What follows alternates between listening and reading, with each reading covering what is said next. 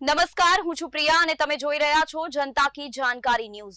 નજર કરીએ આજના સમાચારો। દંડ ભરવા છતાં મુસાફરોને ઉધના જયનગર અંત્યોદય એક્સપ્રેસમાં ભીડભાડવાળી મુસાફરી કરવાની ફરજ પડી રહી છે। દિવાળીના એક દિવસ પહેલા સુરત ઉધના રેલવે સ્ટેશન પર હજારો મુસાફરોના આગમનથી પશ્ચિમ રેલવેના દાવાઓ ખુલ્લા પડી ગયા અને મુસાફરોમાં રોષ ફેલાયો। શનિવાર રાતથી 3 થી 3.5 કિલોમીટર લાંબી કતારમાં ઊભા રહેલા મુસાફરોને બીજા દિવસે સવારે ટ્રેનમાં સીટ મળી ન હતી। તેઓ આખી રાત અંધારામાં કાંકરીવાળા રસ્તા પર ચાદર પાથરીને ભૂખ્યા અને તરસ્યા બાળકો સાથે સૂવા મજબૂર થયા હતા। ઉધના જયનગર અંત્યોદય એક્સપ્રેસના મુસાફરોને સામાન્ય ટિકિટને બદલે દંડ ભરવાની ફરજ પડી હતી। આ પછી ઘેટા બકરાની જેમ કોચમાં ભરાઈને ટ્રેન રવાના થઈ ગઈ।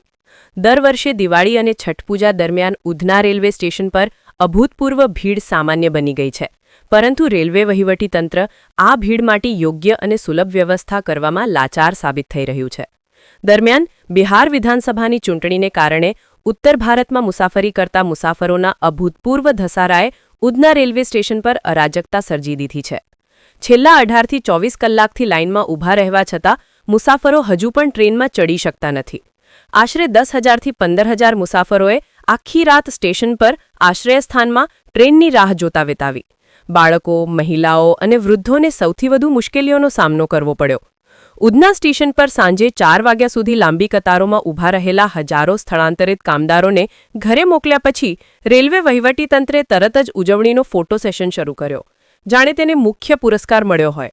ખાલી પ્લેટફોર્મ, શાંતિપૂર્ણ વાતાવરણ અને સ્વચ્છતા જેવા સફળતાના પ્રતીકોના ચિત્રો કેદ કરવામાં આવ્યા હતા।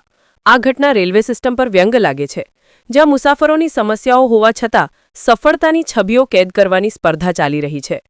નોંધનીય છે કે અંત્યોદય એક્સપ્રેસના એક કોચમાં ટોયલેટ ગેટ તૂટી ગયો હતો, છતાં રેલવેએ તેને બદલવાનું જરૂરી માન્યું ન હતું।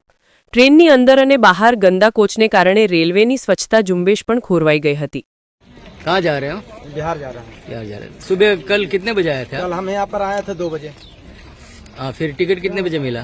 टिकट मतलब लाइन जब शुरू हुआ तो हमको 4 बजे आके टिकट मिला लाइन में से। बराबर। उसके बाद मतलब हुआ से फिर मोड़ पर तक चला गया। उसके बाद फिर मतलब पुलिस ने धक्कम धुक्कम होने में लगा, ठेलम ठोल में डंडा मारे, काउंटर के मारे भागता। हम लोग फिर घुड़ गए, फिर हम लोग को जगह नहीं मिला, फिर हम लोग आगे उधर से भागते भागते फिर कभी इधर जाए, उधर पता नहीं कि किधर से नंबर लगे, फिर उधर जाए तो हम उधर लगते हैं, बहुत दूर तक ट्रेन खुलेगा तब तो समदान निकलेगा। हम लोग क्या करें, पैसा भी उतना नहीं है कि भोजन कैसे होगा। अभी मतलब जो कल का खाना खाए हुए हैं, पानी बढ़िया से नहीं मिल रहा है, क्या करें। आगे भी खड़े हमारे हाँ चालू हो घर पर तो भार इतना उधर से होकर है। अभी टॉयलेट करने कहाँ गए थे? टॉयलेट करने हम बेचारा बोला तो जा बाटला ले लो, वहाँ पर होकर है। कोई व्यवस्था नहीं है। हम लोग जब ट्रेन पकड़ रहे हैं जंगल में, तो हम लोग प्लेटफार्म दीपावली का टाइम है, अभी जाते बच्चे मौसम भी है, अब कैसे हम लोग तो यहीं पर भूखे मर रहे हैं। यूपी बिहार के कहाँ गए? बोलो क्या मैं तो बोल रहा हूँ। अच्छा, आपका नाम बताइए क्या? कपिल राजभर। कहाँ से आ रहे हो?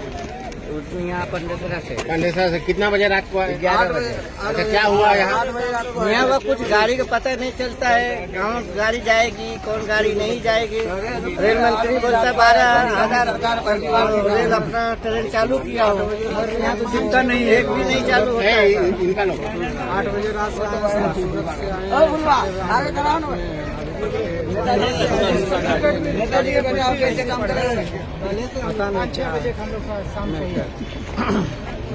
व्यवस्था कोई नहीं है यहाँ पे। अभी कुछ नहीं हुआ है। अभी आएगा कि नहीं आएगा वो भी नहीं कंफर्म नहीं है। टिकट कटा के खड़ा है, बैठे हैं। अभी तक हम लोग का कुछ पता नहीं है कि ट्रेन आएगा कि नहीं आएगा।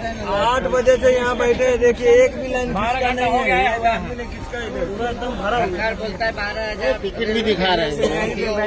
हाँ, टिकट का तो पैसा जाएगा, नुकसान है ना। डरता है